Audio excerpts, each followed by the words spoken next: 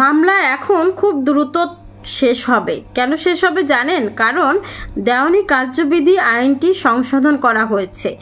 এই কারণেই মামলা কিন্তু দ্রুত শেষ হবে। এখন সাক্ষীদের সাক্ষ্য গ্রহণ ছাড়াই শুধুমাত্র আর্জি ও জবাবের উপর ভিত্তি করে জেরা সম্পাদনের মাধ্যমেই মামলা কিন্তু খুব দ্রুততার সাথে সম্পন্ন করা হবে।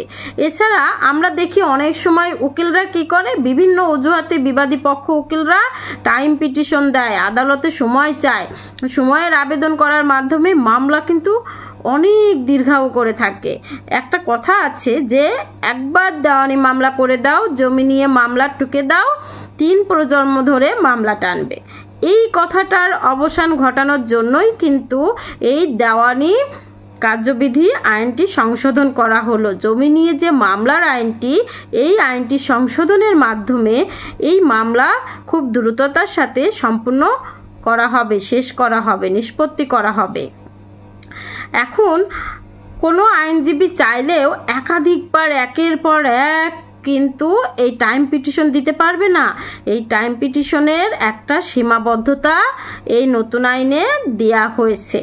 এছাড়া আমরা জানি যে সম্পত্তি নিয়ে আমরা যে পার্টিশন স্যুট করি, বাটোয়ারা মামলা করে থাকি, সেই বাটোয়ারা মামলায় দেখা যায় নিজের সম্পত্তি নিজে ভাগ করে দখল বুঝে নিতে আমাদের অনেকের 50 বছরও লেগে যায়। এমনও কিন্তু মামলা রয়েছে যার বয়স 50 বছর। কি মামলা? বাটোয়ারা মামলা। কেন এত দীর্ঘায়ু হয় বাটোয়ারা মামলা জানেন? কারণ এই মামলায় 2টি ডিক্রি হয়। প্রথম ডিক্রি পেতে খুব দ্রুতই পাওয়া যায়, সেটি হচ্ছে প্রাথমিক ডিক্রি। সেখানে শুধুমাত্র সাহাম বন্টন করে দেয়া হয়, কে কতটুকু হিস্সা অনুসারে পাবে সেটা নির্ধারণ করা হয়। কিন্তু পরে যে এক্সিকিউশন বা জারি মামলা করা হয়, জারির আবেদন করা হয়, সেই জারির আবেদনে কমিশন নিয়োগ করে দখল বুঝিয়ে দেয়া, সাহামটার দখল বুঝিয়ে দিতে সেই 50 বছর লেগে যায়। এই জন্যই এই নতুন সংশোধিত দেওয়ানি আইনে স্পষ্ট বলা হয়েছে, নির্ধারণ করে দেয়া হয়েছে যে এই বাটোয়ারা মামলায় একটি মাত্র ডিক্রি হবে, 2টি ডিক্রি হবে না। এই প্রাথমিক ডিক্রি হবে চূড়ান্ত ডিক্রি, এবং ওই ডিক্রিতেই ইনক্লুড করা হবে, অন্তর্ভুক্ত করা হবে যে এক্সিকিউশনটা কিভাবে হবে এবং সেই ব্যবস্থা করে দেয়া হবে। এক্সিকিউশনের জন্য, জারির জন্য নতুন কোনো আবেদন করা লাগবে না বা অন্য কোনো প্রসিডিওর অবলম্বন করে এই 50 বছর টানা লাগবে না।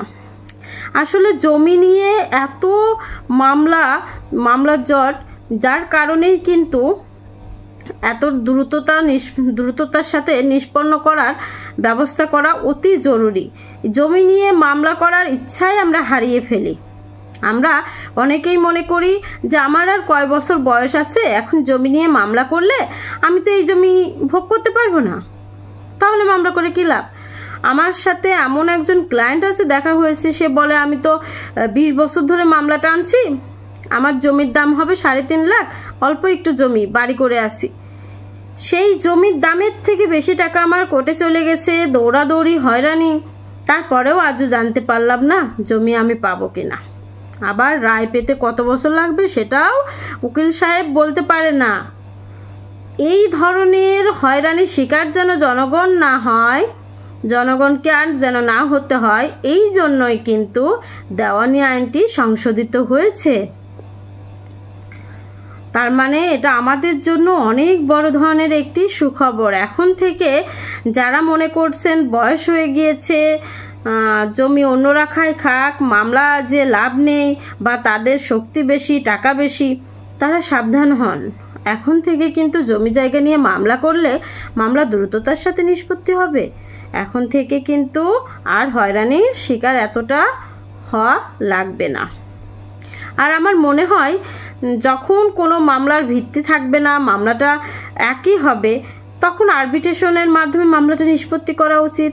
বা আইনে যেখানে বলা হয়েছে আরবিট্রেশনের কথা, সেখানে আরবিট্রেশনে যে নিষ্পত্তি করা ভালো, দেওয়ানি আদালতে বছরের পর বছর না ঘুরে। আবার অনেক সময় দেখা যায় মামলা একটু কম বেশি করে কোর্টের মাধ্যমেও যদি আপোষ করা হয়, সেটাও কিন্তু উভয় পক্ষের জন্যই লাভজনক হয়। এটা অনেকেই বোঝে না। আমি ঢাকা জজ কোর্টের একজন আইনজীবী বলছি, নিয়মিত প্র্যাকটিস করছি। যারা আমার সঙ্গে যোগাযোগ করতে চাচ্ছেন তারা স্ক্রিনে দেওয়া নাম্বারে আমার সঙ্গে যোগাযোগ করতে পারবেন। ভালো থাকবেন। আসসালামু আলাইকুম।